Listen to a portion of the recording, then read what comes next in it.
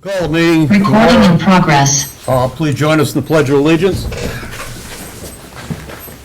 I pledge allegiance to the flag of the United States of America and to the republic for which it stands, one nation, under God, indivisible, with liberty and justice for all. First item is the approval of the agenda. Make a motion, we approve the agenda as presented. Is there a second? I'll second. Are there any changes in the agenda? See, Mike?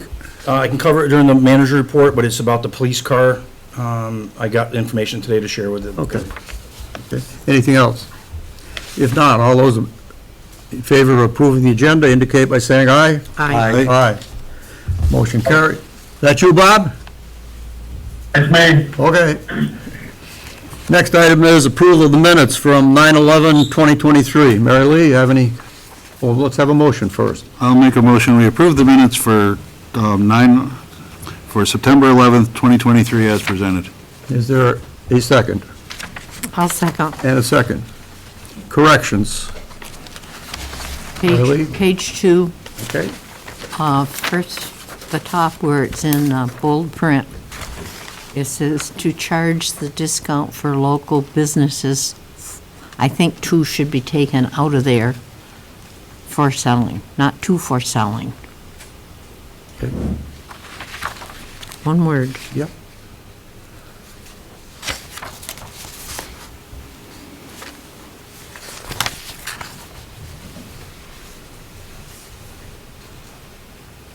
You have one more, you said? No. Oh, you don't? Okay. Dick? Just for context, at the top of page 3, first paragraph, third line down, the attachment can go behind both tractors and is 32 inches wider behind the wheels than the Kubota. So we should add wider between 32 inches and behind, and the Kubota between wheels and, simply for clarity, because it is not 32 inches wider behind the Ford. Okay. Got it, Dick? That's all I found. Joe? First of all, it looks like we had perfect attendance, but all of the votes were 4-0. Okay. And I know that the chair doesn't need to vote, but Right. can vote, but I assume that we should probably call that 5-0. Yes, that's correct. Yeah. Excuse me, I think Bob wasn't there. I was absent, yes, that's correct. Well, in that case, the first line of present should be corrected to remove his name. Okay. Under approval of the minutes, the third line, the second item on page 2,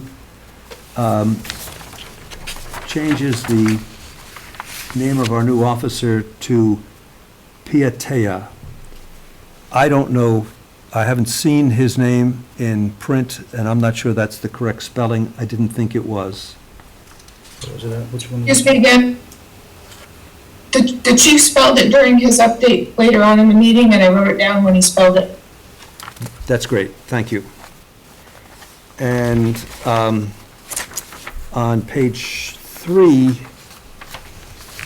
in the ARPA discussion, first line begins with the $393,261.12 items highlighted in green are already allotted and/or obligated. Again, I try to read these from the perspective of somebody who wasn't at the meeting. I think we should insert after green, on a spreadsheet, M. Jones provided the board. And finally,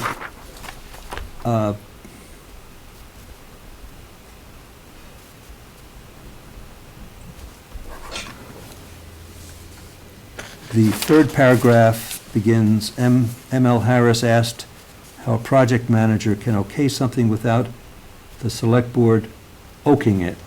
I think we should spell out O-K-A-Y-I-N-G, not O-K-I-N-G. That's it. That's it.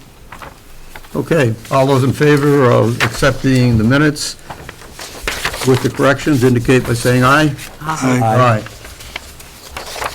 Motion passes. Citizens' comments or concerns, item not on the agenda. John Hale, LBA Boat Wash.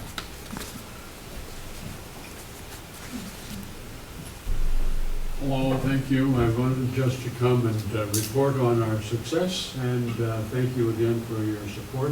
I wanted first to reassure you that the revenue neutral aspect of our arrangement has been complied with to Melanie's satisfaction. I knew about the FICA cost and the workers' comp cost, but I'd forgotten about the state unemployment, and she added that $35, and I've given her my personal check in the way that I agreed. We did run over our 80-hour budget by an hour and a half, and that is included in the payment also. So you are absolutely revenue neutral, and thank you again for helping us with that aspect. As to the number of boats washed, somewhat disappointing. We've only washed 20 boats in 10 days of activity across the 3 major holidays. I can't explain it. But it's a free boat wash, and come on and do it. Why wouldn't you? And it's still, that was our actual result. I could comment just for the record that not only did Doug Facility give us the $2,000 donation to cover the employee operation costs, but he also, Casella Construction had a lot of money involved in the digging of a very deep dry well, filling it with stone, that size and that size, and resurfacing it and making signs and everything. The whole operation worked very smoothly, and the guy who was our employee, your employee, Bryce Knapp, was stellar in his application of the process. So I don't think I have anything more to present except to thank you once more. Participation in that. Thank you, John. Any questions for John? Is the 20 boats because other people refused? No, nobody refused. That's good. We were hot to trot to do it to anybody. Okay. But, they just didn't stop. Anything else for John? Thank you. Thank you, John. Thank you, John. Anyone else who wishes to address the board, items not on the agenda? Yes, sir. Well, gentlemen, how one is, again, for the 3rd month in a row, complaining about the music down on Pine Street. I want to know if anything is being done from the town's aspect to stop the noise coming from Dogwood, the Bombsing Dog and the auto screamings every single weekend. I believe the chief is working on that and is going to present a draft to the board on changes in the noise ordinance. Okay. And I gave the chief a signed petition from everybody in the surrounding residential neighborhood who wants this stopped. So I would appreciate something being done. Okay, if you want to leave the petitions, I we'll gave it be... to the chief. Pardon? I gave it to the chief of Montel. Oh, okay. All right. Okay? Thank you very much. Thank you. Anyone else who wishes to address the board, items not on the agenda? Yes, sir. Well, somebody's behind the podium. Okay. My name is John Woodbury. I live on South Street in the old schoolhouse. I've been there 18 years. And there was a plaque in the school that covered the Civil War students that went to war, Civil War, and World War I in the school. This was back 3 landowners back. And they took it and they put it upstairs. And a guy from Boston bought the house, he had money, renovated the school, turned the upstairs into 2 bedrooms and a bathroom upstairs, and they found the plaque overhead. So he turned it into the town. He didn't want it. He had money, but when he went back to Boston, he got killed riding the bike, so he didn't get anywhere. I would like to have that plaque for the school for history. I'm all about history myself. The old schoolhouse has character, and the plaque is made for the kids that went to school there during from 1840 when it was made. Civil War and World War I students went there, and their names are all in the area. our area. And anybody that walked there could go to school, so that's why it covered that. But I would love to have that plaque, put it back on the wall. I found 3 chalkboards leaned up against a tree out back, and 2 of them are broken. So I took one, I asked my neighbor across the road, he went to school there, Bill. He said, where was that chalkboard put? Because he went to school there. I had no idea where I wanted to put it back up. And he says, the front wall. So I put it back and get it all put back where it was. So that's pretty cool to have that history back in there. So what I'm asking is, they got it in storage, right, Mike? It's on the wall next door over at the Yes. town office. And I was just like to have that to put back in the school, to leave there for as long as the school exists. It would be nice to have that heritage back in there. It means a lot to me, anyway. And who owns the building now? I do. Oh, you do, okay, all right, okay, I've been there 18 years. okay. And, yeah, it's pretty cool. It's Yep. quite a lot of history there. Okay, Dick? Are you talking about the marble plaque that's hanging in the conference room at the town office? Yes, Okay. yes. I Okay, got a picture of it on my Okay, I phone know. 2 years ago, and that's how I got to know where it was. And I got thinking, it'd be nice to put it back in the school where it belongs, to have people be acknowledged, because a lot of the descendants are still in the area too, from those people. So it's history. any other questions, comments? Joe? Approximately when was that former owner giving this to the town, do Well, you think? this is like 3 owners back, before the guy from Boston, from when we bought it. We bought it from John Beard. Yeah, so it's like something that to me means a lot, and it means a lot to a lot of people, just when they come in and say, look, maybe that's your great-great-grandfather's, you know? I did find a couple of the students that went to school there in the Castleton Cemetery, on the Hillside Cemetery. As you go in the cemetery, you go by the first water spigot, you go to the second water spigot, and then there's a bar over there. Off to the left is the tree trunk. There's Ross Horridge. It says, he got killed in Petersburg, he went to school there, and it's on that flag. So that's pretty interesting to connect to that time period. And I just stumbled onto that headstone. I said, wow. I work at St. Mary's in Fairhaven Cemetery. I do the mowing and trim. I've been retired 10 years, but I've been here 3 doing that. And I found a lot of history in that cemetery in Fairhaven. And to me, history is everything, because it repeats itself, as you know. Okay, any other questions? No? Thank you. Thank you. Thank you. Anyone else who wishes to address the board, items not on the agenda? I see a hand, but you're behind the podium. Hi, Mary. Hi, Mary McIntyre. I'm curious, I understand that there's still, the Castleton Village School is still up for sale. And as I've spoke before, I really believe that we should keep that school in town ownership. But I guess I'm not seeing a point, because there hasn't been moves to keep it, to my understanding. What would be the advantage to sell that school to anybody and then lease it for the use of the gym, which I know is one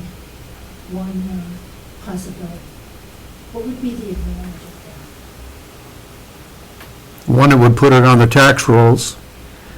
2, it would maybe erase the question of whether towns should be landlords and be owning property that they're leasing. That would be a couple of things. I believe we've always said that our position is that there would be adequate space for the recreation department. Adequate, that gets a little fuzzy.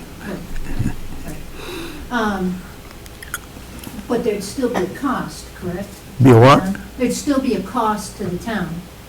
Not if it's, I don't know. We can't answer that because we don't have a proposal. Okay. But we do know that there are significant improvements that have to be made, such as a new roof or a large portion of it, question of the heating system being brought up to date. So there would be significant expense involved in it. Meanwhile, if a private owner owns it, that would be the private owner's responsibility, just like your roof and my roof. Correct, but any updates, like to the gymnasium, would have to potentially come back to the town. To update. Any what?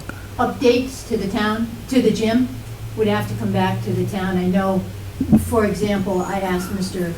Hale, Zach Hale, not John Hale, Zach Hale, you know, if they would be planning on making any improvements, and he said that would come back to the town. You have to do that. I know if I rented an apartment, which I haven't done since I was in college, but if I rented an apartment, I would be very hesitant about putting my own money into somebody else's building. Because when I leave, they're going to reap the financial benefits of the money that I've put into that building. That's all part of being a landlord, Mary. Those are the responsibilities that go with it. Yeah, but I'm the renter. You're a renter. Well, then that's between you and the landlord. It's between you and the landlord to work out an acceptable agreement. Tenant landlord. And for how acceptable is it, and for how long would it be? That all would have to be in a proposal. Okay? And if we lease, because that has been a word that's been used, is that the town would lease it back, a portion of the building back, correct? I'm not making this up, I've heard this before, right? There are a lot of things that we hear that aren't necessarily factual. Look, but that is one of the options that I've heard, is that we would lease a portion of the building back. That would be the taxpayers' money going back into the building, but we wouldn't, at the end of the lease, we wouldn't have anything. We'd be walking out of there empty-handed. Okay. Any other questions? Anything else, Mary? So I'm just curious, how does that help the tax, explain to me, Jim, this. Because it goes on the tax roll. It's privately owned. Now it's not privately owned, so there's no property tax on it. Plus there are expenses such as water, sewer, and all the other expenses that go with it. Okay, but if we wanted to use it, then we would potentially have to lease it, so there's still our money going back into that building, right? We don't know what a lease would be because we don't have a proposal. We get a proposal, that's a different situation. If there's a purchase and sales agreement, the two towns can decide whether to accept it or not. If they accept it, then it would be sold. If not, of course, people who oppose it have the option to petition for a vote Okay. by both towns. And in looking at that ARPA list, I know I've asked, I know at least one other person has asked about ARPA funds being used to purchase the share of the CBS that we do not own. And I don't see that on the list. No, you haven't, because there presently isn't any discussion going on between Hubbardton and Castleton. But there may be in the future. But the ARPA funds could be coming. Could be, only if the two boards approve of it. No, I mean, you guys could have spent the ARPA funds by the time that discussion comes up, correct? We hope not. Okay? Thank you, Mary. Yep. Keep tuned. Tom? Tom Kearns. I got two questions. One was just an update on whether the Meadowy Pulteney has been engaged to look at the work at Crystal Haven. Mike? I sent you an email late this afternoon I received from Poltley Meadowy, and they have funds, and they said they are willing to work with us to try to find a solution for that problem. Have they come to the site to?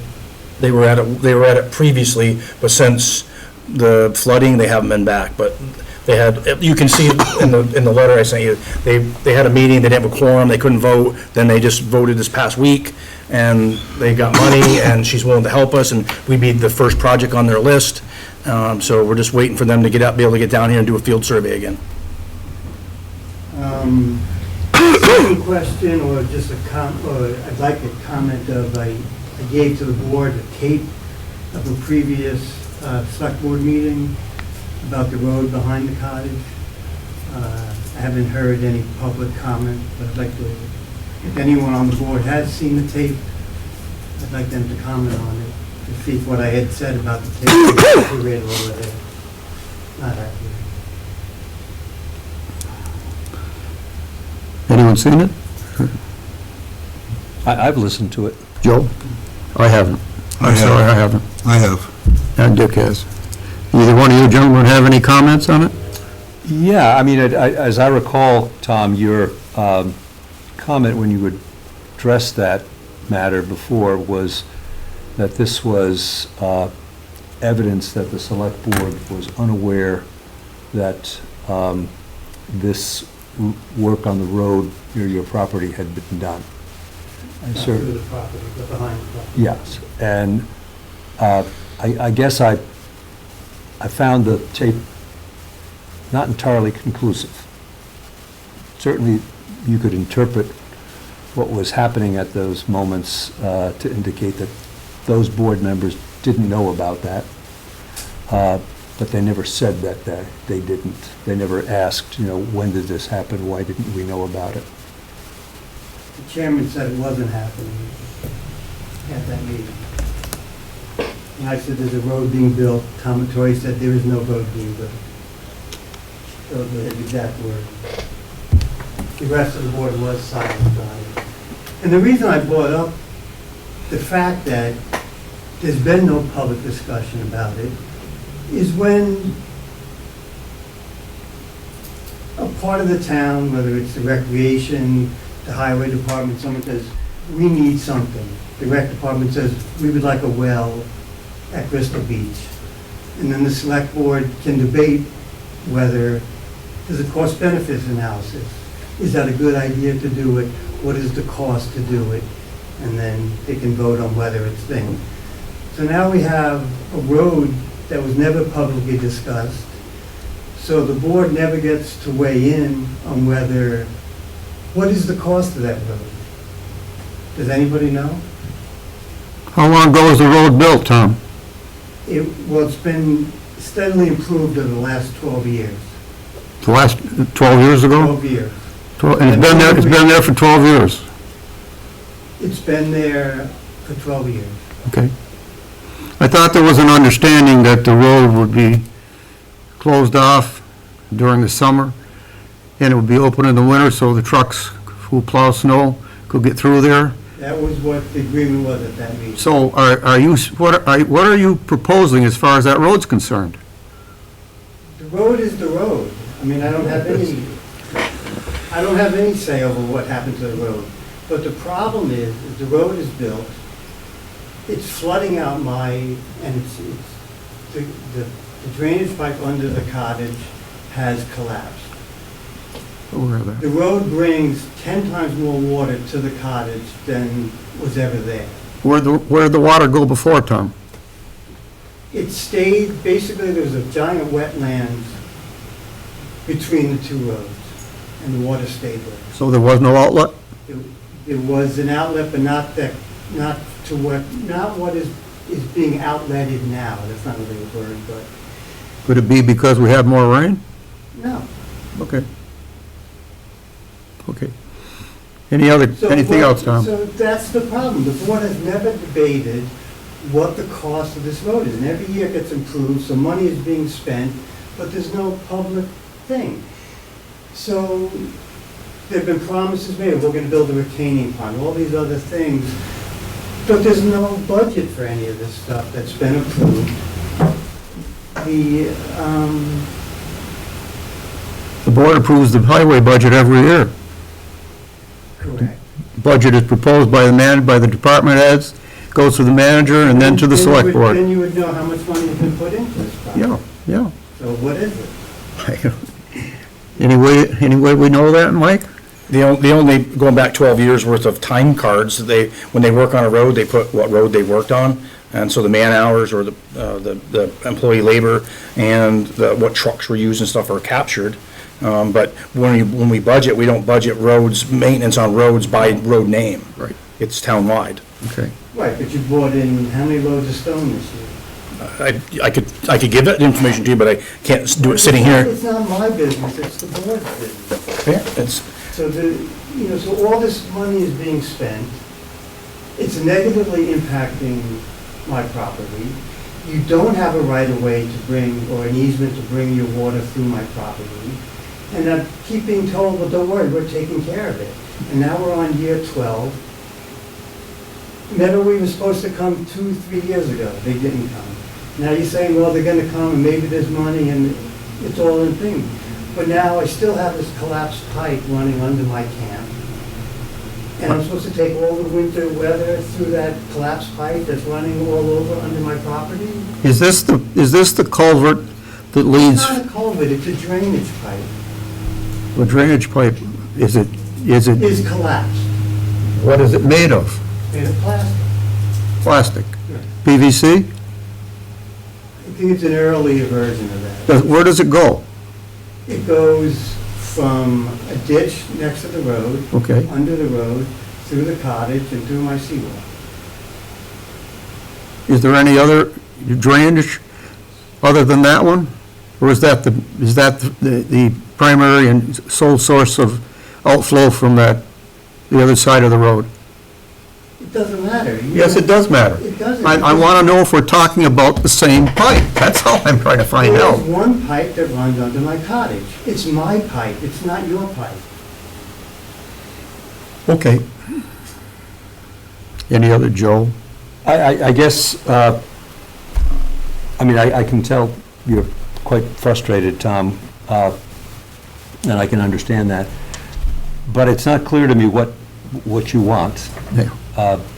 Based on what you've said and the tape and recording you provided,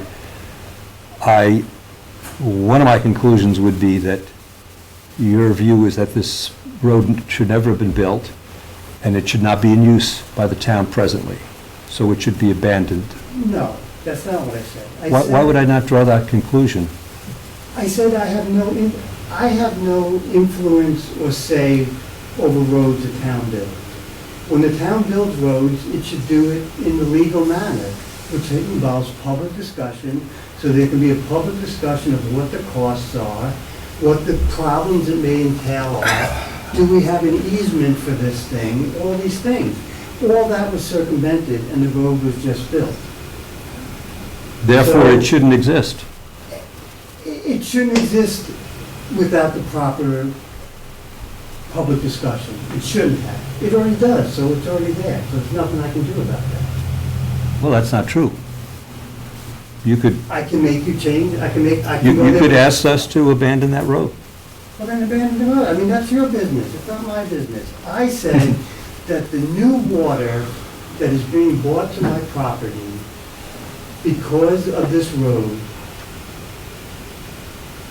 there should be a serious mitigation in slowing the flow down so it doesn't spit out chocolate-covered water into my property every time it rains. And I know the town manager has said that's not the case, but it is the case. And I got countless photographs and videos showing that. And if you would like to see them all, that's fine. But that is the case. Okay, Joe? I was going to ask the town manager if Tom is correct in saying that a prior select board never followed appropriate process to establish this road. Why should we not abandon it? If they didn't follow it? Yeah. I don't think, first of all, that it's causing the problem. That's be one. Two. That's not it, that's not the question So I'm the second asking.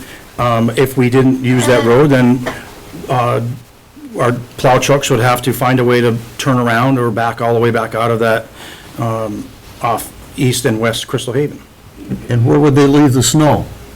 at the end of the road. And I'm not sure, again, without deeds in front of me, of exactly where the town lot property starts and ends at the end of each one of those. Well, at the end of one road, we push snow already into Mrs. Gee's property.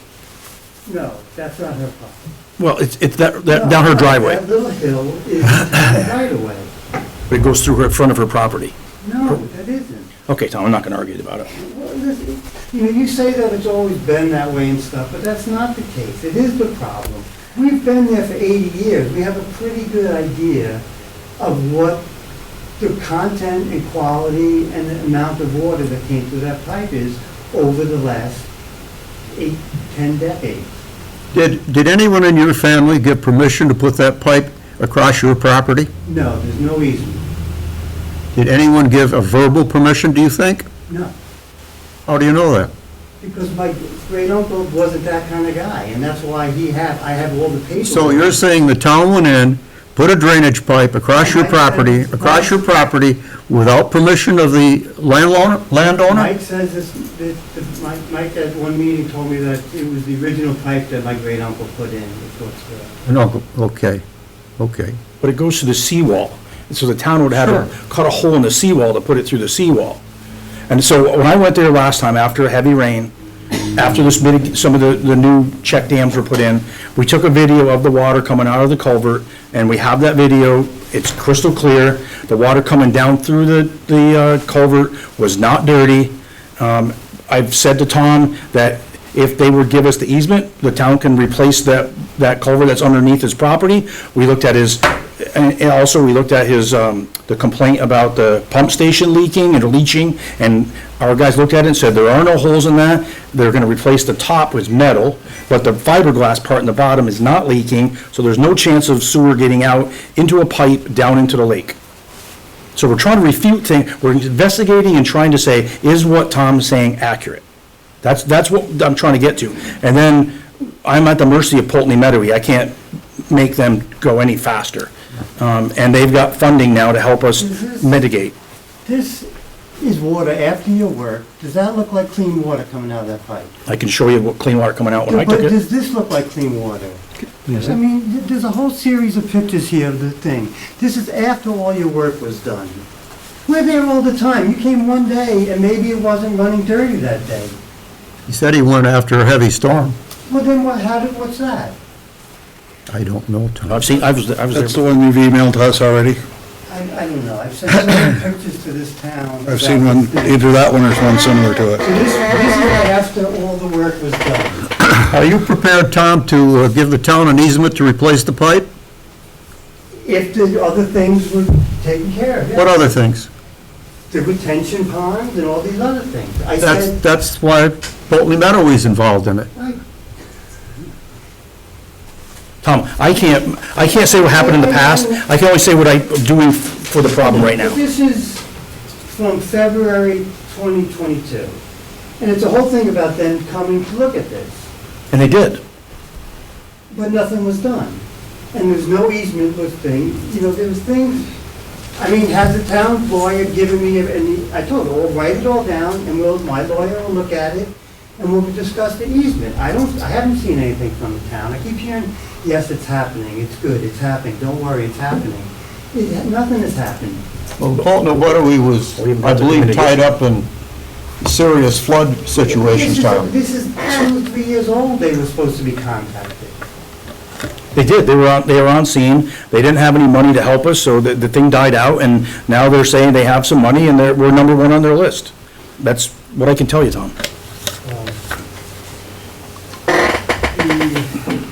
You don't have an easement, you're bringing your water that's undermining my property. But how did you answer my question?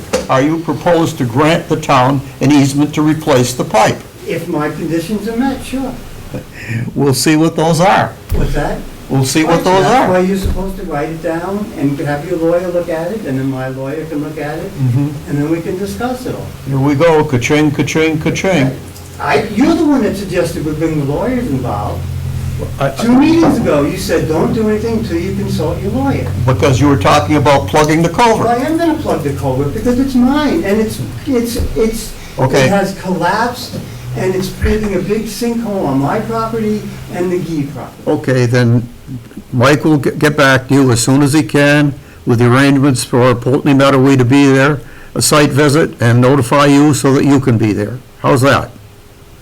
That was supposed to happen years ago, so when it Well, that happened. we can't deal with what happened years ago, Well, you, Tom. yeah, but so you're asking me to say, yes, you took. You're not asking to say anything, I'm just asking you to go to for a site visit, that's all. You're asking me to be patient, and this will happen, where I've been told that every year for the last 12 years. Well, why don't you wait and see if it happens this year? That's what I said, when it happens, I'll believe it. Okay, So, but it hasn't happened in the last 12 years, even Okay. though I've been told every year all right, for the past 12 years that that's what's happening. okay, Tom. Thank you. Yeah, so, thank you, and, I don't know. Anyone else who wishes to address the board, items not on the agenda? Yes, sir. Good evening, everyone. My name is Richard Snow. I live at 151 David Ave in Castleton, just off of Blissville Road. I also work full-time for the Vermont Army National Guard. I run the maintenance facility out on the end of the airport road. I wanted to comment, I've heard that music that you're It's talking terrible when you about. live right next door to it. And I live across the road, kind of, and I just noticed it. You have a petition if you want to sign it. If you were on top of that music, that would be, I mean, I can close my doors and windows not here. Yeah, and it vibrates my floors, we can't watch TV. It's very miserable. Okay, you have the floor. Are you here to talk about the music or something else? Anyways, I feel your pain. That's okay. My discussion is about, I'd like to ask for the board to advocate for paving David Avenue. It'd be one of the last dirt roads inside the town that needs to be paved. I just received a notice that Wayne Renfrew is trying to move his gun repair business from his basement to his garage, which is gonna add a gun shop to the end of the road. He's an FFL holder, which means he's allowed to buy and sell firearms, What does that have to do with paving the road? because that's gonna put a More lot of traffic. traffic on my road. Okay, okay. I went and got a petition signed by everyone on our street. They had no idea that he was putting a gun shop in down there. And they said, we've been asking the town to pave and asking the town to pave. And I was like, yeah, I think it's time we need to start asking a little harder, because they've already approved Wayne's permit. He's gonna put a gun shop down there, and everyone's supportive of his gun shop. We're all Second Amendment supporters. I think it'd be awesome to have a gun shop down there. It's just our houses the fronts of our houses are like 40 yards from the road, and they're just covered in dirt. And it's gonna put a lot more FedEx, UPS trucks, residential traffic, and now it's like commercial traffic, not just residential. So that was the only thing I have to Okay. ask for, is just to consider possibly paving our road so we can let Wayne have his gun shop down there, because I think it'd be a good thing for the community. Okay. He's been a respected member of this town for a long time, so. Any questions for? I have a question for, you said your address is 151 David Avenue, did I hear that That's right, correctly? sir. Where precisely is that? I'm just satisfy my curiosity. You know where the dog is, you turn. Well, I know where David Avenue is, Okay, you I've go been, down David Ave, it's the fifth house on the left. okay. So you're before the road turns north? It's after the road turns north. Oh. Okay, Mike, do you have any? Cessick is right where I'm the sorry. road goes north, and then. okay. I got a good idea. I haven't been down there for a fire call in several years, but Mike, do you have anything on the status of that, or what it would take? Yeah, we looked at that. That was gonna be the next road that I wanted to pave. We paved Brown and Mary and Carter. So the only two roads not paved on that area is Tanya and David. And so that was the goal, was when we send out, when the trucks plow, they put salt on pavement, they put sand, gravel on dirt roads, and we're running back and forth trying to catch up with the road after they plow it, and then somebody coming back with the material that's needed. And so David was on the list, it's just that the budget hasn't supported it. So unless the paving budget substantially increases no matter what, we know we're falling behind every year on paving. So to add new roads into it and cycle them in, so maybe every other year, that's how we did it with the past roads. Every other year, I did a little bit new paving, and then old and new. But since that point, the price of asphalt, liquid asphalt's gone up, and we're not getting our bang for our buck anymore like we used to for paving. So, I mean, we're literally going from $209,000 in paving to about $375,000 to $400,000 to really catch up. Okay.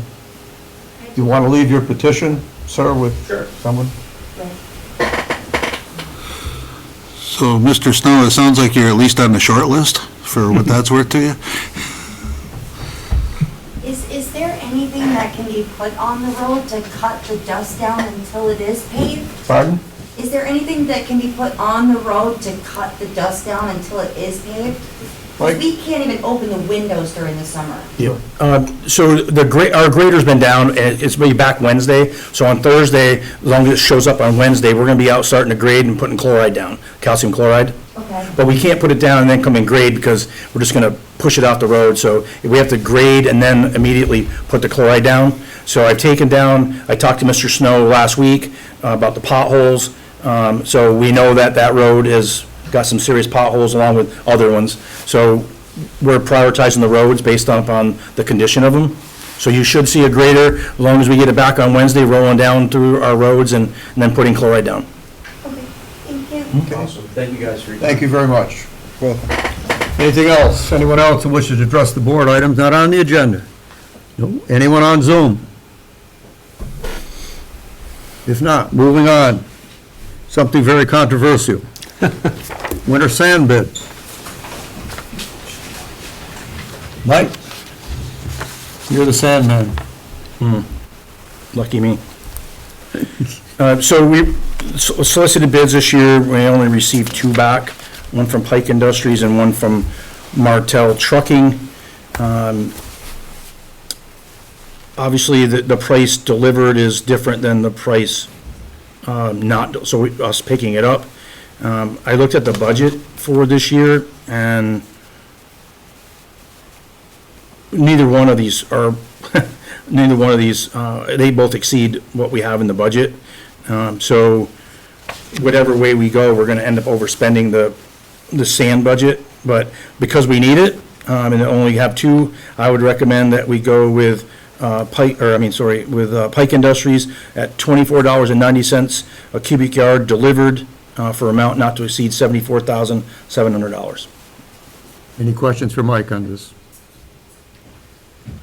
Could you talk about the disadvantage of picking it up ourselves? Disadvantage is time and of employees going all the way to, Martell's was down in like Middletown or Wells area. Pike, I'm not sure exactly where Pikes are. I think maybe up by Casella's place over on, In Rutland? yeah, Rutland.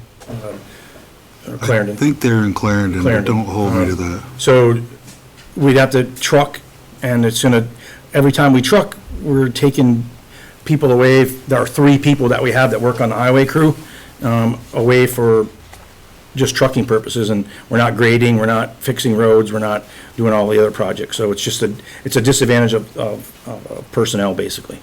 So how many trips does 3,000 cubic yards require? I did this math for you guys once before. What is it, 12-yard trucks? Yes, that's what I was going to divide 12 into the. A lot of trips. Yeah. And the wear and tear on the vehicles, too. Yeah. And fuel costs, et cetera. Okay, you've heard Mike's recommendation. You have a hand up over there. Yes, sir. Last winter, I get my dirt from the sand over there, and it's happened several times. And last year was the first year I came into this problem. They're putting gravel in the sand bin, and it's big like that. And we got ice storm coming in, it's like, well, I can't use salt because I've got dogs, I don't want to burn their feet, so I use that gravel. In the past, it was always fine sand.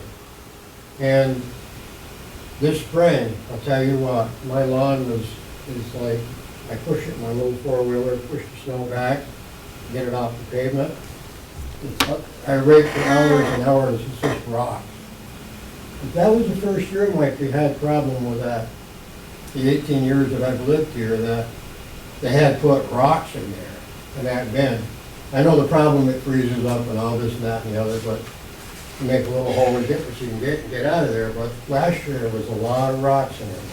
There was, they purchased a bigger stone, so there's positive and negative comments to that, depending on probably who you are, but when they made a mistake on that, and that was addressed last year, they ended up mixing up too much of that stone in with it, and that ended up in the public bin, which it shouldn't have been, so they had to clean some of it out and put some cleaner stuff back in there, so it was a mistake that was made, but that stuff's still in the gravel or the winter sand that goes on the roads. It doesn't go on pavement, it goes on dirt. Mike, you said that 74,700 would be over budget yet. Any idea how much? I didn't bring it with me, but you're probably talking about 10 grand. 10 grand? Okay. Okay, 64, that was in the budget. is there a motion regarding the winter sand bid? I make a motion, we authorize the town manager to purchase 3,000 yards of winter sand from Pike Industries for a price of $74,700. Second. And a second. Any other discussion? If not, all those in favor indicate by saying aye. Aye. Aye. Aye. Thank you, Bob. You're Martha, welcome, Chip. the fence at Crystal Beach. Martha Clifford, Recreation. You have the revised bid from Castleton fencing, and then you also have an email from Middlebury Fence that included what you asked for them to change on their bid was to put circles in cement.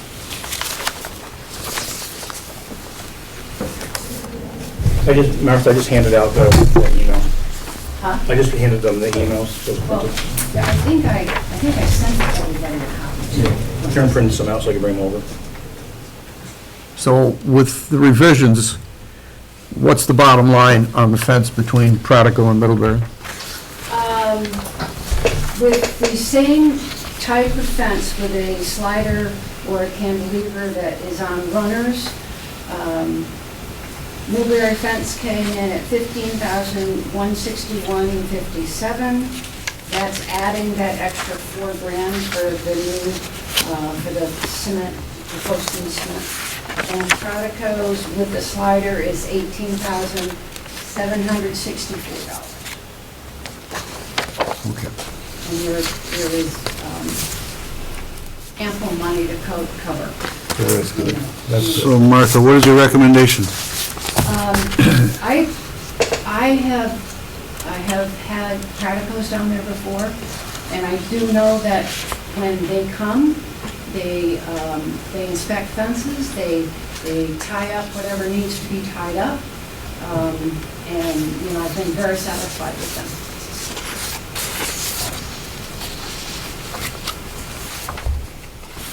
Is there a motion, Joe? Oh, you have questions? I have a question. Martha, when last we discussed this, there seemed to be a discrepancy between the length of the fencing that the two contractors were proposing. Has that been straightened out? Yes, that's what dropped the bid. Pratico came in at what the original specs were at 280 feet. Yes. Yeah, so that's been rectified. And so they're both proposing the same amount of linear footage? Not quite. The Praticos said were bid on 280 feet, and then I believe Middlebury Fence has 225 feet. And as I recall, you said that you thought the difference had something to do with the terminus at the creek end of the fence? The discrepancy with Pratico came in on the, from where the fence ends on the main part of the park to the entrance. He had put in a fence all the way from the break in the fence to the split rail fence. And we didn't want that. We wanted it to end just a little bit past those bushes Thank you. By the cemetery? on the south side, yeah. Any other questions for Martha? If not, is there a motion? No offense, Martha. No offense taken. No motion. I'm not sure I have a adequate rationale for spending an extra $3,700, so I would make a motion that we approve a contract with Tilbury Fence for the fence and gate as specified in their proposal for a total cost not to exceed $15,161.57. I'll second that. And a second. Discussion. Seeing none. All those in favor indicate by saying aye. Aye. Aye. The one's gonna abstain because I don't have that email from me. What did Bob say? He said he was going to abstain because he didn't have the email in front of him. Oh, okay. Mary Lee? I don't have Middlebury. I did, You did? yes, You voted yes? yes. Okay. Motion passes. Thanks, Martha. Moving on, Fussin O'Neill, engineering proposal for Parson Hill Sidewalk project. Mike? What you have in front of you is engineering proposal for engineering services from Fussin O'Neill. This proposal is for Fussin O'Neill to construct the plans for the Parsons Hill Sidewalk project. This is what we need to put it out to bid. So everything else, we got the right-of-way certificate and all that stuff has been done. So to be able to put this out to bid, this is what, we need the engineering services, and Fussin O'Neill is the one that did the sketch and drawings to be able to apply for the grant. So they know the area, they've done a lot of field work already, so it's not gonna be as much a heavy lift for them to do it. And their proposal was for $8,700, and I'd recommend the board approve that, and the money would come from the highway, the sidewalk budget line out of the highway department. Are there questions for Mike? Just one question. I know I saw it in here, but I'm not going to go through the whole thing again. What was their time frame for having the documents complete? 10 weeks.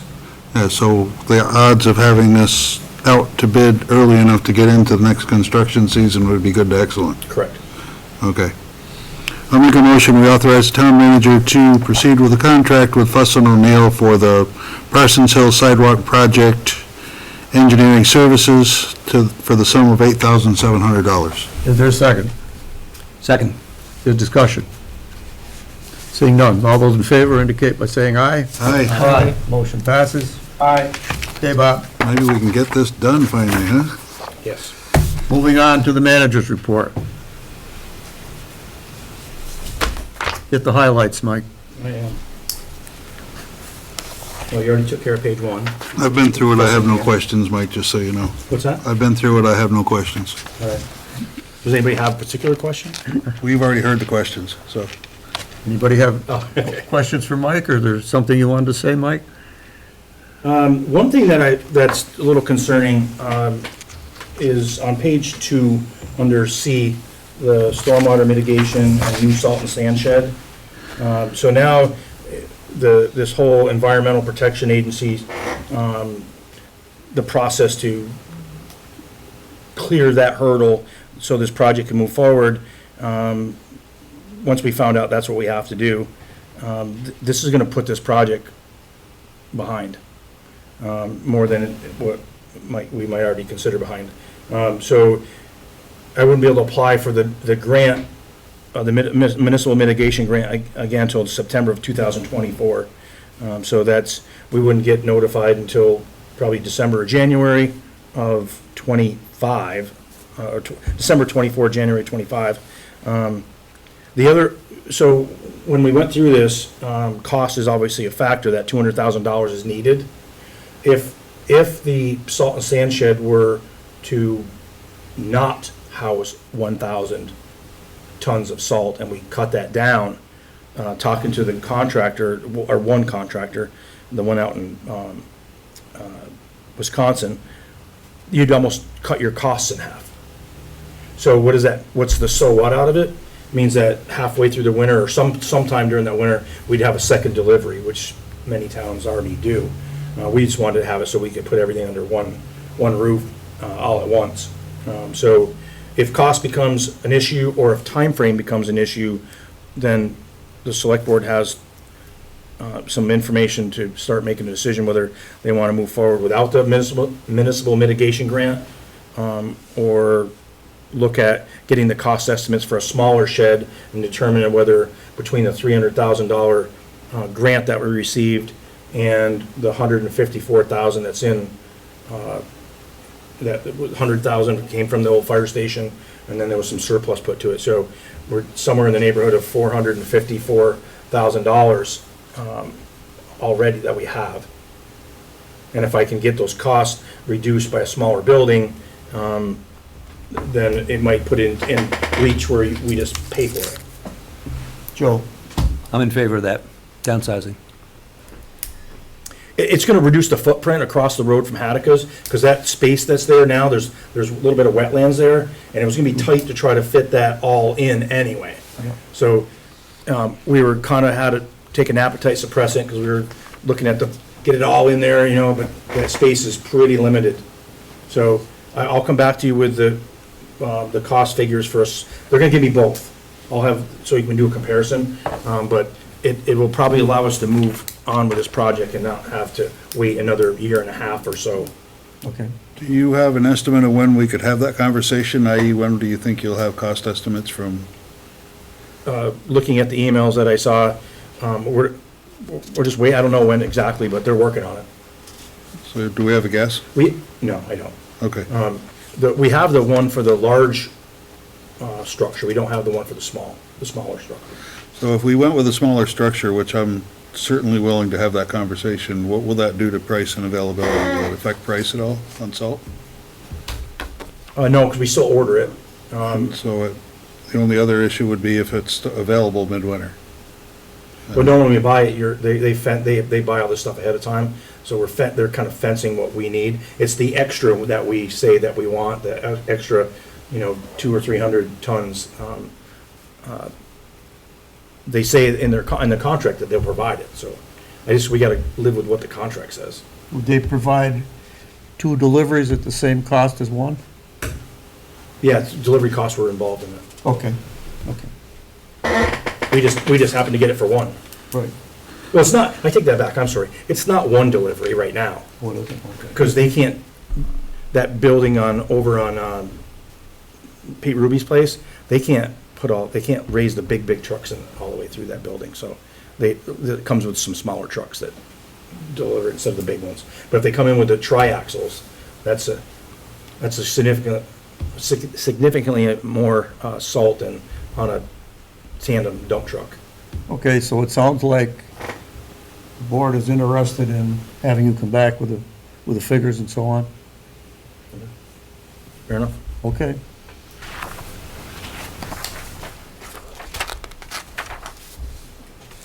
You wanted to talk about the Tahoe?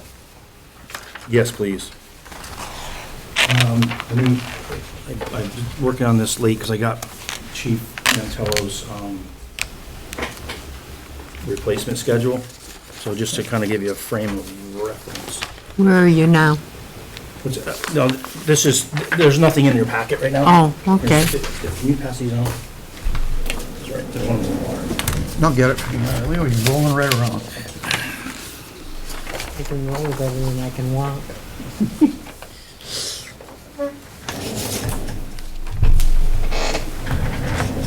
So Bob, I'm sorry you don't have a copy of this. I'll try to read through it so everybody, so you can hear it, but. So looking at this new cruiser that's scheduled to come in the week of 9 October, looking back at the minutes, the board had approved the police chief to go ahead with ordering the vehicle. What wasn't decided at that time was how to pay for it. So now we're getting down to that crunch time of having to write a check to this company in Framingham, Mass. For this vehicle. So looking at what's in the reserve, and I put those figures on there, all total, basically, it's gonna cost, the cruiser's gonna cost $59,288.25. That's fully equipped. This one company does it all. The only thing that's not included in there is the decals. That would be done locally. But looking at what's in the reserve, there, and what was mentioned in the minutes was the drug forfeiture asset money. That was $2,052, plus $7,000 from the sale of the 2017 to the constable, first constable. All total, what is available right now is $43,423. And that's at the very bottom of that back page of that document I gave you in red. The shortfall the shortfall for to purchase this is $15,865.25. So today I worked with Melanie and the ARPA stuff, looking at what uses are, and one of the things that came to mind was the almost $25,000, just short of $25,000, that the town has earned in interest from just the ARPA funds. So it says that the town does not have to track that as far as in the ARPA, and there's no restriction on spending it. So it falls within that normal provisions of government stuff. But it's a little more loose than that, because we don't have to account for that, like in ARPA funds. We count for it in our general fund, but that's $24,000 was called, we'll round down, $24,000 that wouldn't impact the taxpayers whatsoever, because it wasn't anything, money that came from ARPA and earned interest, and so there'd be no robbing Peter to pay Paul kind of thing, because that was the other option, was to buy the vehicle, and the police reserve, equipment reserve, would end up going to a negative balance, and every year that they got their, as long as the voters approved that budget, and that's the iffy part, if they approve the budget, which includes the $24,500 that's in there currently each year, last 2 years, to put in the reserve, it would just, it would pay itself back over time.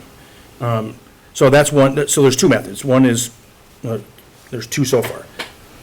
The interest, use that to pay that $15,865.25, or overspend it and let it replenish itself over time, taking it right back out of the police budget, or the use of ARPA funds. And I had recommended earlier to you to use the ARPA funds, and then subsequent to that, you asked me to put together a schedule, show how paying this off would get us back on track with the reserve funds, and that's kind of on the second page, that little chart or table up there. It was what the chief gave me for his replacement schedule, and the simple math would be, if it's not paid for by ARPA, then we're never going to get to a point where we're building the reserve up to meet his replacement schedule, because we're going to deplete it this year. We take all $43,423, which is it's broken down in the back of that. It's the reserve, the drug forfeiture asset money, and the $7,000 from the sale of the cruiser to the constable, first constable. So the only way to probably get back on schedule, the way I'm looking at it, or the way I've broken this down, would be if you use the ARPA funds, it's 60 grand for that 59,000, you saw the number, 59,000, $288.25, and that leaves the reserve alone, so that in 24, when the chief goes to order the new vehicle, he'll have money in there to purchase that outright. And then he's got another 2 years to build up for the next one, and which also means, and I'm throwing a lot at you, sorry, but we're gonna have to raise the money that's in the police budget's reserve from 24.5 to 30,000 to be able to buy the car. That's at today's prices. I have a couple questions when you're... Go ahead. So at this point, what you're proposing is we're going to completely deplete the reserve account and then make up that shortfall with the 15.8K with interest from the ARPA, which is available funds with no impact to the taxpayers, which all makes sense. But going on from there, we're saying that the reserve account for the police will have basically a zero balance from now until the end of the fiscal year. Correct. And then in July 1 of next year, we're going to put 24.5 in there, assuming we don't change the budget. Correct. And then we're going to be buying a car in 2024 can't possibly cost less than $59,289 or $88, and we'll have $24,500 in the bank to buy it. Correct. So we're still going to have a problem. Correct. So we have to think about that as well. And Does that pretty well sum it up? I did, yes, it does. I think I emailed it to you, too. There was a list of what towns have obligated for ARPA funds so far, and I went through it, I highlighted a lot of the stuff that this select board has already chose to obligate money on. It was, whether it was salary stuff, or it was audiovisual stuff, or, you know, there's a whole list of stuff that the board has already approved. I went down that list and I highlighted where the similarities are, like, you're not off base, I guess, is what I'm saying. And then I come across, there was a town that bought a mini pumper for a fire department, and they bought a police car. So it's not out of the realm of, and their comments were what I really wanted to kind of highlight was, you know, it's for the public safety, for the best interest of everybody. And I think I stated to this board before is, there's been discussion that the use of ARPA should benefit the most amount of people. And that's why there was a comment about sewer. That spending everything on sewer expansions only serves a percentage of the town. And so when I put this last time I put this together for you, I'm like, well, what is that? I don't think that there's not anybody in town that wouldn't benefit from a fire truck that shows up at their place in time of need, or a police car that shows up at their place in a time of need, or a highway truck. So that's why I put it in there. That's why I made the comment, is those items will benefit just about everybody in this town if they drive on a road or are injured or whatever the case may be, have a fire. So that's why I recommended using the 60 grand out of $1 million to put us back on track with getting back on track with a replacement plan. Can I ask a question? Why do we need 5 vehicles? That the chief's not here, you probably should talk to the chief on that one, Mr. Chairman. That sounds like an answer in Congress. I don't want to speak for him. Why do we need 5 vehicles? Are you counting the constable's vehicle? Pardon? Are you counting the constable's vehicle in that? That's one of the town vehicles. Well, it's a different budget line, so, different I'm talking person. total of 5 police vehicles. There's 4 in the police department and 1 with the constables. Pardon? 4 in the police department and 1 with constables. Thank you, I'm aware of that. Why do we need 4 in the police department, when we only have 2 people on duty usually? Well, when we have calls that, for emergencies and stuff, they come in, they're all not piling in the car like Berenstain Bears. They could, but I don't think it'd be really wise. It'd look funny. Okay, I hear you. Answer is optics. Yes, Joe? So I'm going to start with the question about the reserve, Okay. which is presently 34,371. Yep. Why is it that little? They had to borrow money forward from the last vehicle they purchased. they had at 12, they had to get 12,000 something dollars for the equipping it. They were short, so we ended up robbing Peter to pay Paul. My second question is about the replacement schedule. It makes no sense to me to have dates from 2021, 2022 on here. I mean, I guess that was what we were hoping for, but it's, obviously, those numbers are old.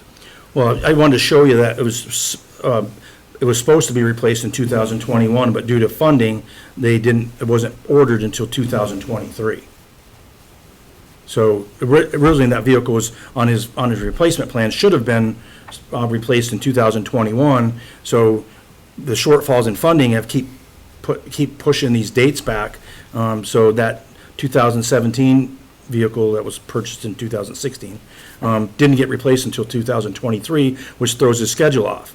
And then we're going to be 2 years off on the next one, 2 years off on the next one, and 2 years off on the next one. So I guess I would appreciate a proposal from the chief that was more realistic going forward. And how so, Joe? What do you mean by that? Just well, more realistic, I guess. Yeah. Starting now, when are we going to replace the 2017 Explorer? Well, it's been ordered, but for the other dates, we shouldn't be talking about past years like 2022. And I guess behind this all is the question, what's advisable? How many miles? At what frequency should we be replacing vehicles based on the accumulated mileage? I take this to suggest that we're putting about 20,000 miles a year on most of these vehicles. We run them a long time without... High idle time, I guess. Yeah. So should we be replacing them every 4 years, every 5 years? I would like to know what the chief's recommendation is and what kind of reserve financing is going to be needed to allow for that. I agree that it makes no sense to zero out the equipment reserve.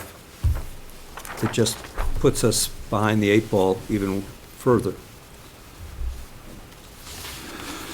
And so I think this makes me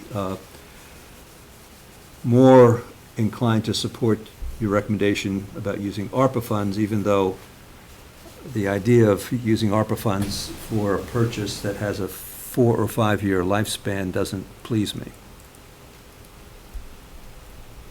No, I agree that that's the time frame. Fire trucks are obviously 20 years.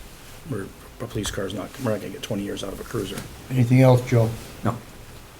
So I guess just to carry on from Joe's line here, I think this second column from the left, the replacement schedule date was the original plan, and that's obviously not happening now. So my question to you, Mike, is when does this new car we're getting, be it a 2024 or 2025, whatever the model year is, when does he plan on replacing that? Does he plan on replacing that in the year 2030? So it'll be a 23. I'm sorry. Yeah, it'll be a 23. I think we need to go, look at what the cycles. You want to keep roll it, or it's like a cycle? What's his longer-term plan than what's on here? I think this is an excellent start. Don't misunderstand me, but we need to think long-term, and then we need to make sure that the funding is there when it's time to do that. Because if we're putting 24.5 a year into a reserve account and replacing a car every 2 years at a cost of $60,000, we're already behind. Correct. So we need to rethink that as well. Well, one of the things I did discuss with him is that he may have to go to a 3-year replacement cycle. Because if you put the current amount in there right now, and you would 3 years, you have enough. Yeah, but then you're looking at running a car for 12 years. I don't think that's Yeah, but realistic. the oldest one will be replaced for a long time. So we have to figure out what's realistic. Right. Would you entertain a motion to approve the use of ARPA funds to pay for the Chevy Tahoe that the chief has been looking at? Will I entertain it? Sure.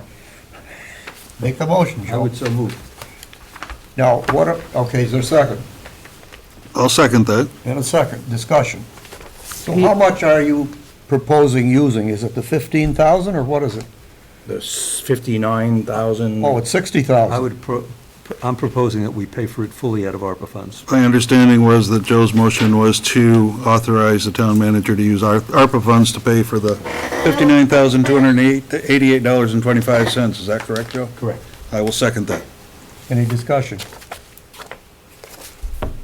If not, all those in favor indicate by saying aye. Aye? Aye. Aye. No. I'm voting no too. Now, 3-2. 3-2. Okay. Anything else, Mike? So are you clear, Mike? Yeah, I'm good. Thank you very much. I'll let the chief know. Then we're gonna have some serious discussions about what we need to do with the reserve account to make it useful. So we don't have this conversation every 2 years. Excuse me, can I ask a question? Sure. The purchase amount. 59,288.25? That is correct, Allison. Okay. Thank you. Okay. I'm on page 7 now. The grader, so it's on record, it's supposed to be back Wednesday, transported back down here, and I spoke with the foreman and the mechanic this morning, and our plan is to have that thing out on Thursday, is weather dependent, because we can't grade when it's pouring rain. You're gonna make a huge mess. So, it's nice when it has a misty rain, because then it keeps the dust down, but pouring rain, no. So that we'll start around town. We've got a list of complaints that have been made, so we can, and they've verified them. So we'll get out there and start grading, and some of these roads are gonna take 2 gradings to do, because we gotta get below the deepest pothole in the road, or else they're gonna come right back. And that's why we didn't fill them with just gravel. All this rain we've had, they're just gonna push that gravel right back out of that hole, because they tried it. So it wasn't like they're talking from no experience. So that, the grader will be back. Any questions on that one? Yes. The purchase order that's in here for the grader that we have to yet discuss, is that in addition to the other funds we've already authorized? Yes, Okay, okay. yes. So it was less than 50,000, but But it's done, yes. and we can reasonably expect to get 5 years or more? As long as we're checking that mold board to make sure those shims are holding, we should have, and no issues with that going forward. And your staff is gonna be right on top of that, right? They're already chattering about it, so, Okay. You mean the mold board is chattering about it? yeah, that's, some people asked me about why the roads were washboarded or humped, and on Little Rutland Road being one of them. That's because that mold board was jumping and was just digging in, and so they stopped using it. Okay, go ahead, Mike. All right. The fire station, the roof was repaired, on the outside, but the inside, the ceiling and the insulation has not been done yet, and that's McClure Construction. It's on their list, but we wanted to make sure there was no leaks in what the work that was done on the roof before we start putting insulation and sheetrock back up, and that hasn't been verified at this point.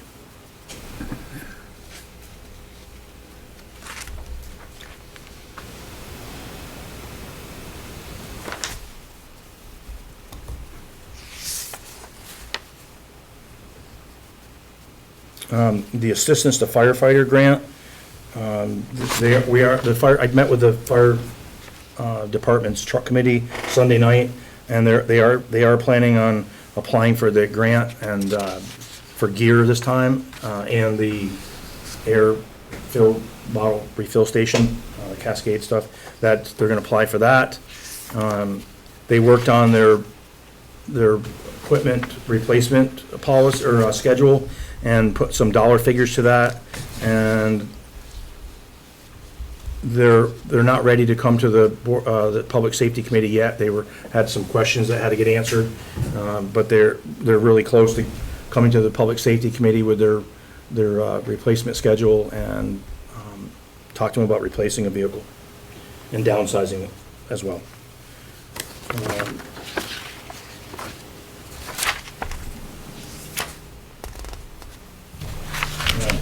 Some of the stuff, the public concerns, roads have been the biggest complaint, of potholes and dust, and we're gonna be on top of that one. We're late, but, not for the lack of trying, I guess. And still trees waiting on the updated numbers for the trees to come back to you about that too. That's gonna be an expensive date, but, barring your questions, that's all I have. I'm just going to make a comment regarding Tom Johnston. Yeah. Is a T in his last name. I think that's what it is. Yeah, you're right. Sorry, I see it. You are correct. Any other questions for Mike?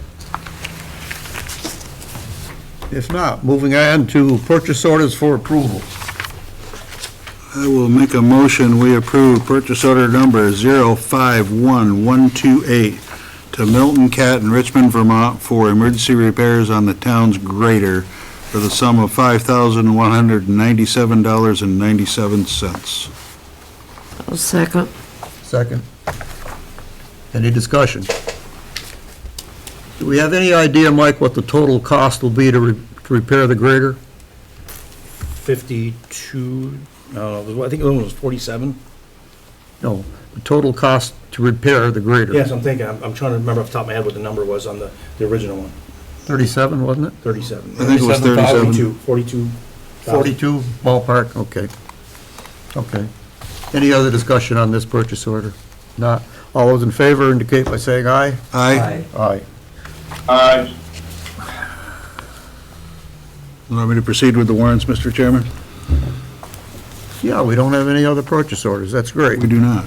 Good. I'll make a motion, we approve purchase, or warrant number 0925R for $40,500 and no cents. Warrant 0913 for $6,591.15. Warrant 0921 for $7,131.06. Warrant 0925 for $64,740.61. Warrant 0914P for $18,893.93. And warrant 0921P for $20,793.44. Is there a second? I'll second. Discussion. Seeing none, all those in favor indicate by saying aye. Aye. Aye. Motion passes. I think we have three others here, right? I would move that we approve the following three warrants. Number 0926 for $520 and no cents. Number 0915P for $641.32. And number 0922P for $641.32. Is there a second? I'll second. Any discussion? I recuse myself. Yep. Dick recuses himself.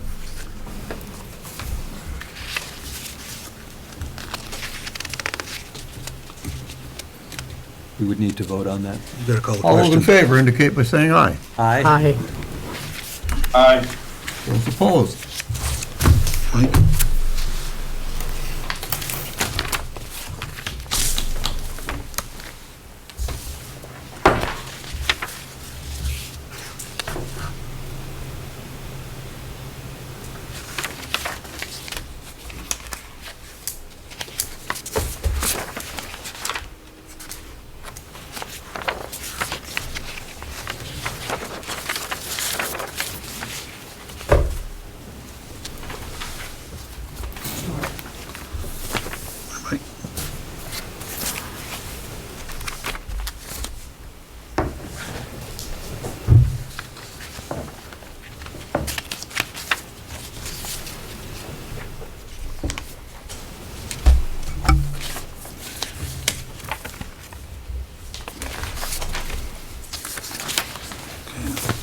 There's 9, Mike.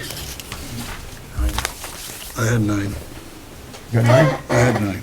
I don't have many more. I got 3. 3 more.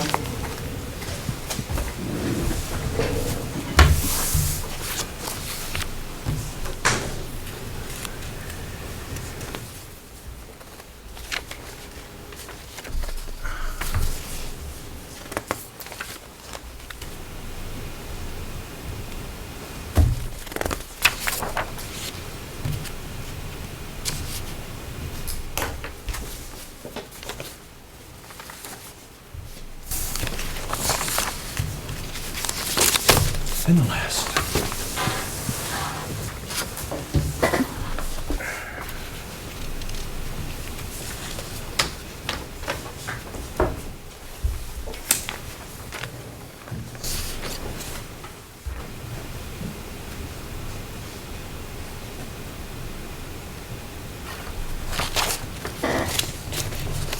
So at some point, you gotta tell me what your favorite email address is. It's probably the one I'm going to lose first. Well, the one you would prefer I use. joe.mark@castleton.edu. That's all of them. That's it. Okay. Select Board comments and/or concerns. Mary Lee? I'm fine. You're fine. Dick? I'm good. You're good. Joe? Yes, Mr. Chairman, I'd like to introduce a guest. Rabia, please stand.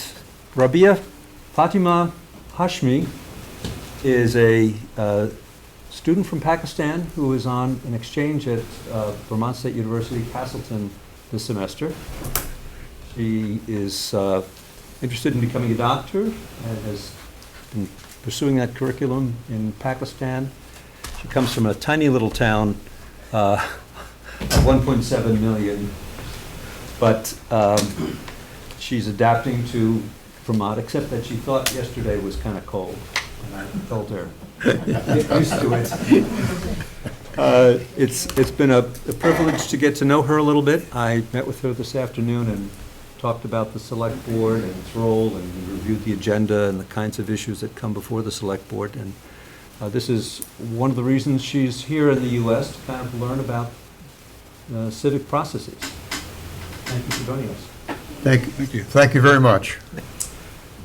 Joe? I guess my second comment would be that, related to the plaque that was in the one-room schoolhouse on South Street Extension, I think it might be a good idea for us to have the manager see if he can establish the provenance of that plaque, who gave it to us, under what conditions, when. Now, I recognize that somebody might have just drove up with it and said, here, but perhaps there's a document that conveys this to us, and if so, we should know what it says. Okay. Thank you, Joe. You're welcome. Any other comments or concerns?